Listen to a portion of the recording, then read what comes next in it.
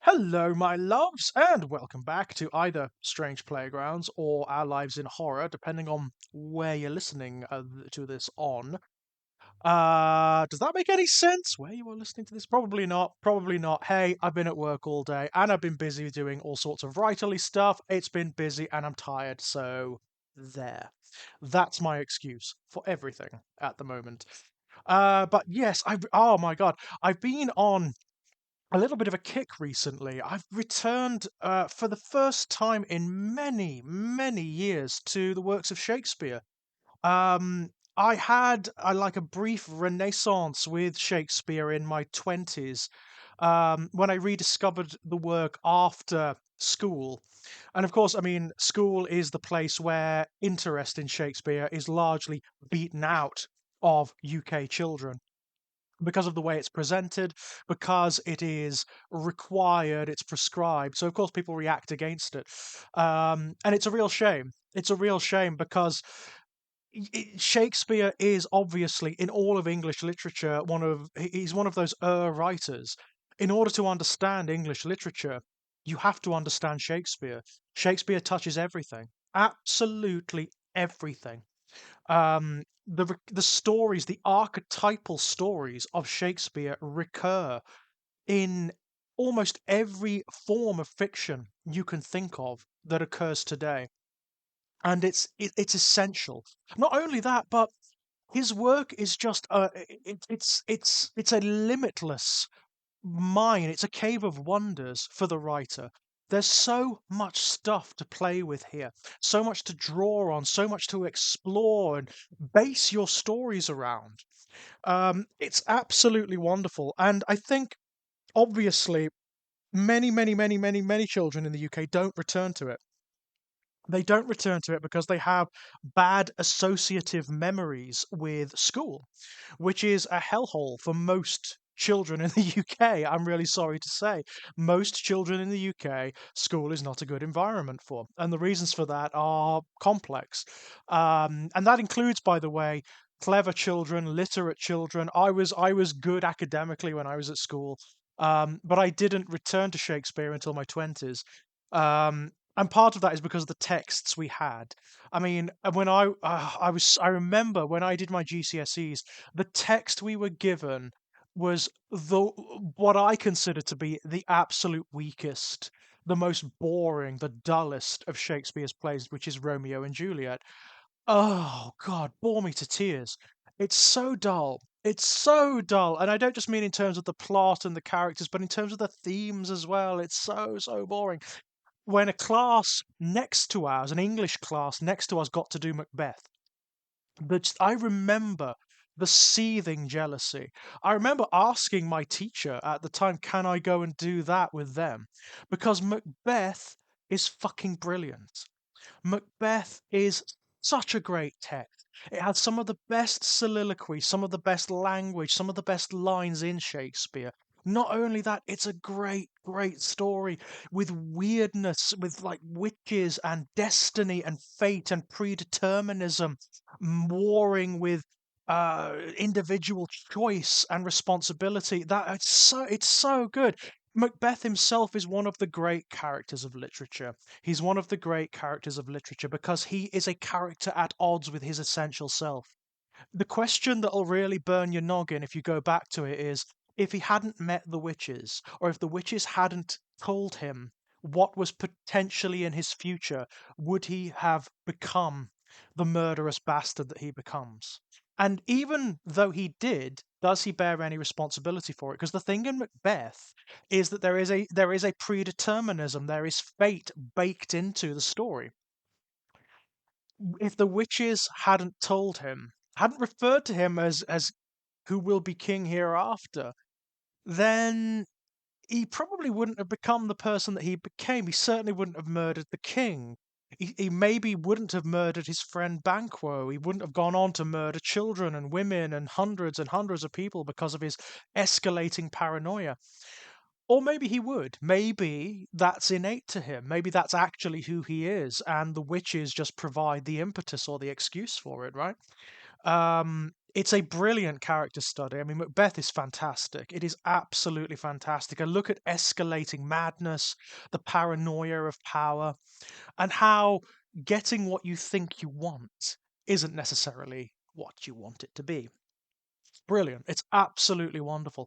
And there are some great adaptations out there as well. I mean, returning to it recently, actually, I'll get into this in a moment, but the what drew me back in this time round was kind of arbitrary. I was idly flicking through the iPlayer, the BBC iPlayer, and up popped the Laurence Olivier version of Richard III. Very, very, very old film at this point, and I love Richard III. I love Richard III because it has one of those characters, one of those peculiarly Shakespearean characters who is so utterly pure, and that is Richard III himself. He is pure in his wickedness, in his immorality, and he is aware of the fact. He has certain soliloquies to the audience where he says it.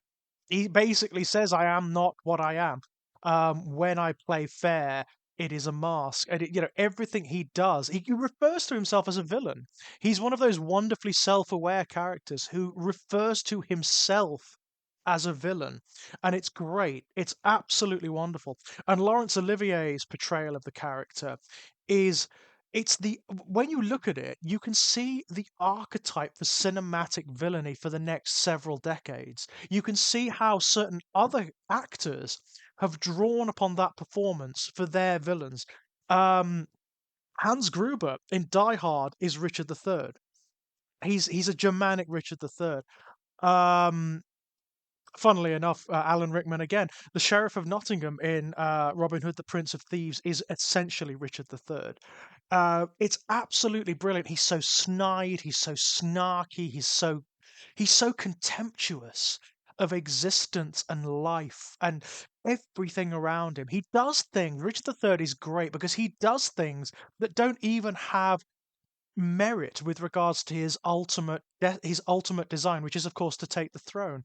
He does things for the sheer love of being a bastard, and that is just mwah, it's sumptuous. And the production itself is so cool as well because it doesn't give a shit about historical accuracy or anything like that. It's a big, ridiculous, sumptuous pantomime of a thing with primary colors, and it's gorgeous. It is absolutely gorgeous, florid, massive, big constructed sets, huge, wonderful costumes, great makeup. It's a wonderful piece of work. It's Shakespeare as pantomime, and I love it. After that, I just went nuts. And there's so much stuff on the iPlayer, by the way. There are so many productions. I then went and watched there's a production of Macbeth on there, which was done during the lockdowns, I believe, that has an entirely Scottish cast, and it is fucking brilliant. It is fucking brilliant. It really emphasizes the violence of the piece. If you haven't read or seen Macbeth, it's a bloodbath. It's an absolute bloodbath.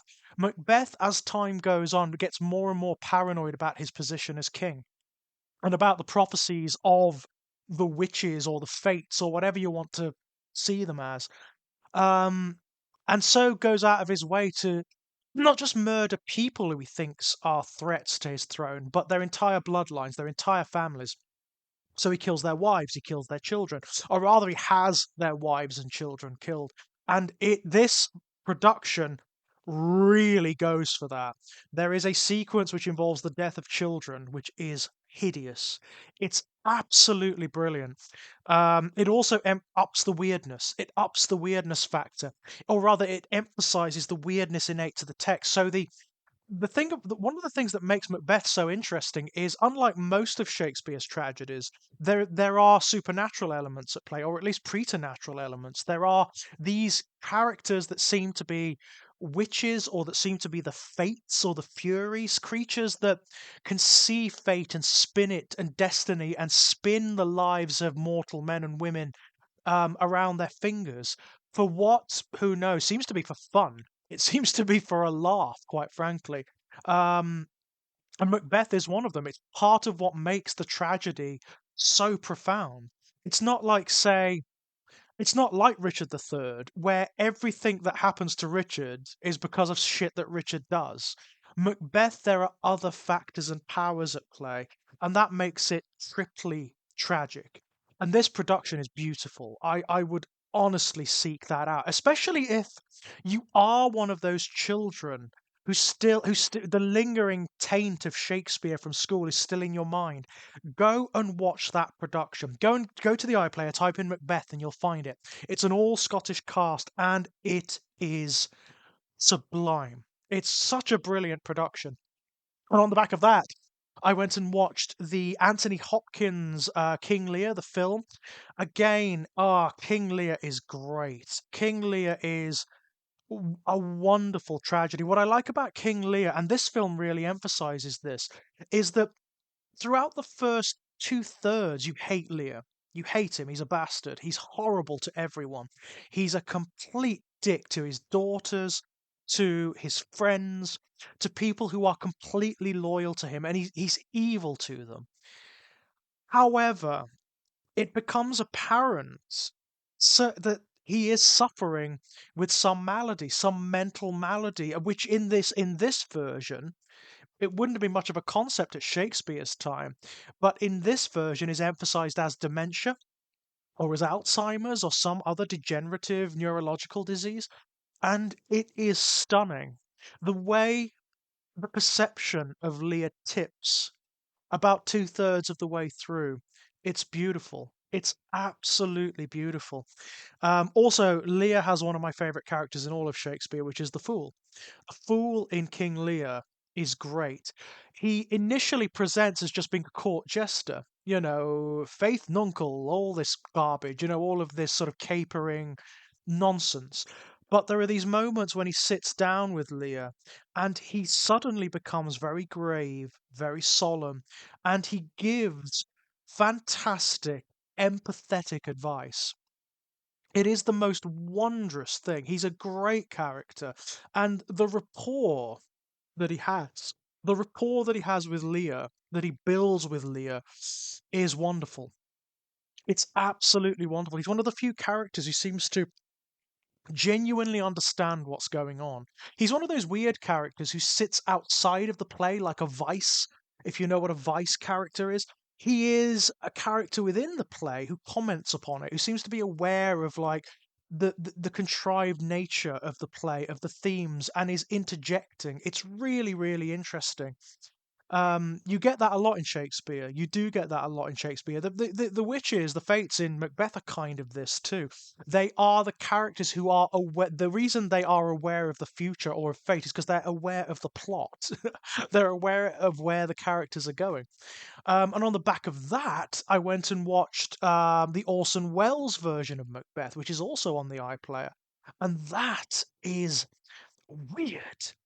It's really strange. It goes for the surreal, that one does. Again, it's great because you've got Orson Welles. It's black and white. It's really strange and bizarre. It's great. It's well worth a look. Again, Orson just going for it. Really going for it as Macbeth himself. Um, and on the back of that, I went and watched a production of the play that mercifully I got to do for my A levels, which was Othello. Othello, which has again one of my favorite characters, not only in Shakespeare but in fiction, which is Iago. Iago, the villain, the great villain of Shakespeare. People always say that it's Richard III. I disagree, actually. I I really or that it's Macbeth or Lady Macbeth. People always go for Lady Macbeth. The interesting thing about Lady Macbeth is she's often portrayed as the power behind the throne, the one that's sort of guiding Macbeth to his destiny, and inspiring the murders in many respects. And that's often how she's portrayed in productions, but it's not really fair. When you look at the text, it's not really fair because that's not her. She does have influence over him. That's for damn sure. But it's nowhere near as strong as most people assume, particularly people who've never seen the play but know roughly of the story. Almost everything that happens, it's kind of on Macbeth's head, you know? He's the one who really I mean, the witches are the ones that really started off, but he's the one who ultimately sort of makes the decision that he's going to kill the existing king to take his place, and then he's going to kill everyone who threatens his throne, or that whose the witches even tell him whose descendants are going to be on the throne, and then he goes out of his way to kill that family too, that bloodline. It's horrific, honestly. By the end, there's a lot of bodies in Macbeth. There's a hell of a lot of blood. Um, Also, I mean, fuck, one of the best soliloquies in all of Shakespeare, and therefore in all of literature, which is the seventh soliloquy, the tomorrow and tomorrow and tomorrow speech. You all know it. You've all heard it. Even if you've never seen the play or read the play, you've all heard a version of this speech. Um, it's the um, it's the speech where at the end he says that he's talking about reality. He's talking about the world, and he says it's a story told by an idiot, full of sound and fury, signifying nothing. It's so brilliant. It's so despairing. It is utterly wonderful. It's one of my favorites in all of Shakespeare. I think it is so powerful, so nihilistic, so despairing, and beautiful. It's beautiful. I mean, you have to consider Macbeth at this point knows that there's metaphysics in the world. He knows that there are spiritual powers, but of course he's been totally betrayed by them. He's been totally betrayed by them, and he's realized that they're sick. That they are it's a sick engine that he's operating in. That that seems to only ever produce tragedy, only ever produce tragedy. And so the world itself becomes desolate for him, as it does for Hamlet, funnily enough. I mean, this is a recurring theme in Shakespeare. This happens all the time. It happens for Richard the Third as well when he ascends to his throne. I mean, that's everything he's ever fucking wanted, and it's not enough. Of course, it's not enough. It just makes him paranoid about his power, and suspicious of everyone. Um, but Macbeth is desolate by the end. Everyone's dead. It's many of them by his hand. Um, and it's beautiful, that is. But no, Othello. I went on to Othello, and there's a production that was done during the lockdowns, I believe. And oh my God, it's so good. It is so good. Iago in Othello is one of the purest villains in anything you'll ever see. He's pure in the sense that he has no compunctions about what he does and about his hatefulness, about the fact that what he does is wicked for wickedness' sake. He's even often contradictory. Like the stuff he does undermines what he is trying to do, but he just does it because he's such an evil bastard and he can't help himself. One of the interesting things about Iago, I've always found, is that he has echoes throughout literature, as all of Shakespeare's characters do. I always think of Raskolnikov, funnily enough, from Dostoevsky, from Crime and Punishment. Raskolnikov is one of the most interesting killers in fiction because he doesn't know why he commits murder. He commits a single murder in the story and he doesn't know why. He gives multiple accounts as to why throughout the course of the story, and they're all contradictory. They're all contradictory. Sometimes he says that he does it for a moral reason or a philosophical reason because he kills his his landlord actually, which yeah, I kind of get it. No, that's unpleasant. My landlord's great. Just generally, he kills his landlord ultimately, and initially he says that he does it for moral and ideological reasons because she is a landlord and therefore is evil. Then later on, he proclaims that he was in a fever, in like a delirium, almost like a seizure when he did it, and he doesn't recall doing it. And then later on, still, he says that he does it in a fit of anger. He always contradicts himself, and Iago's the same. Iago is the same. Iago is nothing but corrosive from the moment he turns up. Everything he does is wicked and it's disjointed and fractured and does nothing but vandalize everything he touches, relationships, politics. He is one of the most evil characters in all of fiction. But why he does it, you just don't really know. He proclaims to hate Othello, and he does, but at the same time, there's other factors at play as well. It's not just hate that drives him. It's like he can't help himself. He hates order. He hates anything that's clean or pure, which is why he goes after Othello and Desdemona's relationship. Um, he hates everything, himself included. He's contemptuous of himself. He hates women. Oh my God, Iago hates women. But then again, so does Othello. Most characters in that play hate women. One of the interesting things about Othello is that it's an exercise in misogyny or an exploration of misogyny, in the sense that Othello turns on Desdemona, this woman that he's placed on a pedestal and that he regards as the most shining, perfect, pure jewel, for nothing, on the say-so of the merest evidence. And Iago says this. Iago says this at one point. I can't remember the exact line, but he says something along the lines of, like, in the eyes of the jealous man, such trifles may be damning evidence, or something like that. And he's talking about this minor thing within the play that he basically contrives. And on the evidence of which is no evidence at all, Othello completely damns Desdemona and is very, very, very willing to murder her at that, literally murder her at that point. The interesting thing about Iago is that he occurs in a tainted world. The tensions that he plays on are already there. It's just that there are masks over them, there are veils over them. People deny them. He doesn't. He sees them perfectly clearly and he plays them like a harp, like harp strings, you know? That's what he's doing. He can't help himself because he sees all these hypocrisies and all these underlying tensions that everyone else is in denial of. He can't help but just sort of, these wounds that everyone says, no, they're not there and there's nothing there. He can see them and he presses and he prods and he keeps doing it. That's the interesting thing about Iago.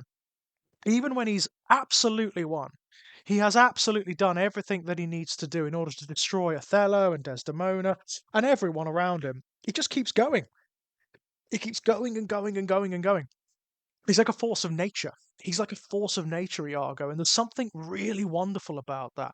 And the fact that he internally is confused, that he doesn't really know why. He does what he does. He's a creature of impulse. He just cannot help himself. He cannot help himself. And he knows his own negativity. He knows his own corrosiveness. He knows that everything he touches and gets involved with is going to wither and die.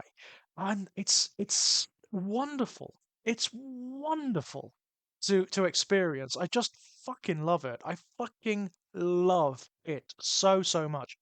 But yeah, I mean, if you are one of those children who just could not abide Shakespeare after school, go and watch one of these performances. I beg, please, go and watch one of the film adaptations or something because there's such great work. There's such amazing work. And as I say, he is one of these, he's one of these writers in English literature, in English history. In order to understand our myths today, the way narrative works, you need to understand Shakespeare. And you already do. That's the funny thing. You already do. You already do because you will have encountered every single one of his stories in another form. You'd have seen it in cartoons, in horror novels, in film, in cinema, in soap operas, in comedies, everything you can possibly think of. You will have seen it. You will have seen the stories somewhere. Macbeth, I mean, Hamlet, Lion King, right? Fucking hell. You will have seen you will have seen these things in Disney films, in cartoons, everything you can think of. You'll have seen Shakespeare already. But it is worth going back to the source material because it's beautiful. Honestly, it really is the most amazing, amazing stuff. Shakespeare was uh, just on another planet. Another planet. He was an amazing writer, an amazing guy in so, so many ways. Um, and I cannot tell you how beautiful some of this work is. My personal favorites, I like the tragedies. What can I say?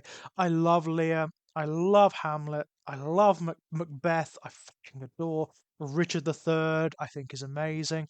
Um, I love The Tempest. I know that's one of the comedies technically. I love The Tempest. Um, um, A Midsummer Night's Dream, I think, is beautiful phantasmagorical weirdness and wonderful fairy tale stuff. I love it, love it, love it, love it to bits. The Taming of the Shrew, if you love the comedies, is freaking hilarious. There is a version of The Taming of the Shrew, a film that has